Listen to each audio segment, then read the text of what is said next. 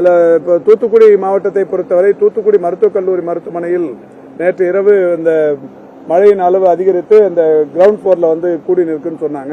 உடனடியாக நானும் துறையின் செயலாளரும் டிஎம்ஏ மருத்துவக் கல்லூரி இயக்குநரை அங்கே அனுப்பி வைத்திருக்கிறோம். அவர் அங்க போயிட்டு அங்கிருந்து இப்ப தொடர்ச்சியா பேசிட்டு இருக்கிறாரு. அங்க இந்த வெண்டிலேட்டரில் இருக்கிற பேஷண்ட்டை உடனடியாக பாதுகாக்கணும். கரண்ட் பிரச்சனை வந்ததால அவங்கள இமிடியேட்டா டீசல் போட்டு அதை டீசல் எடுத்துட்டு வரதுக்கான ஐஓசிஎல்ல பேசி டீசல் எடுத்துட்டு இன்னைக்கு மதியம் அந்த பிரச்சனைகளை தீர்த்து எல்லோருமே நலமுடன் இருக்கிறார்கள். எனவே மருத்துவத்துறையின் சார்பில் அந்த பணி செய்யப்பட்டிருக்கிறது. திருநெல்வேலி மருத்துவக் கல்லூரி மருத்துவமனையில் ஒரு அரடி மட்டும்தான் தண்ணி வந்தது. கலெக்டருக்கு உடனடியாக சொன்னதில் அவர் போய் அந்த நீரை இறைத்து விட்டார். அங்கே எந்த பிரச்சனையும் இல்லை. மற்றபடி மருத்துவமனைகள்லாம் முழு பாதுகாப்போடு இருக்கிறது. எங்கேயும் அந்த பாதிப்பு இல்லை. அதையும் கடந்து இந்த நீர் வடிந்த இன்னைக்கு நாளைக்குள்ள நீர் வடிந்துருச்சுன்னா மெடிக்கல் கேம்ப்ஸ் இப்ப அந்த திருநெல்வேலி, தூத்துக்குடி, கன்னியாகுமரி, தென்காசி ஆகிய 4 மாவட்டங்களிலும் அந்த மருத்துவ முகாம்கள் போடுவதற்கு இன்றைக்கு அறிவுறுத்தி இருக்கிறோம். அதுவும் கூட ஏற்கனவே சென்னையில இந்த வடகிழக்கு பருவமழை தொடங்கணும்னா 300 நடமாடும் வாகனங்களின் மூலம் மருத்துவ முகாம்களை கடந்த 6ஆம் தேதியிலிருந்து இன்னைக்கு வரைக்கும் கூட நடத்திட்டு இருந்தோம்.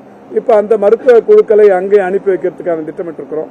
ஆனாலும் இப்ப மருத்துவ குழுக்கள் தண்ணியை ஒவ்வொரு இடத்துலயும் 2 அடி 3 அடி தண்ணி இருக்கிறதால வாகனங்கள் செல்ல முடியாது.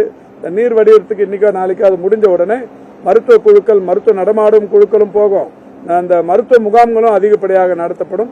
எனவே வடகிழக்கு பருவமழை அந்த சென்னையில் எப்படி அந்த பாதிப்புகள் இல்லாத நிலையில், நோய் தொற்று எங்கும் கூடுதலாகாத நிலையில் எப்படி மாண்புமிகு முதலமைச்சர்களுடைய வழிகாட்டுதலோடு செய்யப்பட்டதோ அது மாதிரி முகாம்கள் அங்கே அமைக்கப்படும்.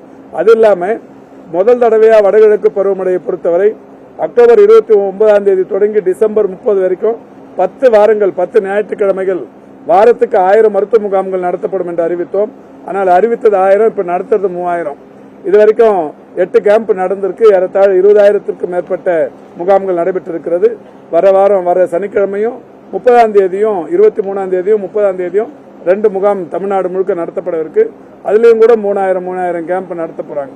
அதனால இந்த குறிப்பிட்ட 4 மாவட்டங்களை பொறுத்தவரை அதிகப்படியான மருத்துவ முகாம்கள் நடத்துவதற்கு நடவடிக்கை எடுக்கப்பட்டிருக்கிறது.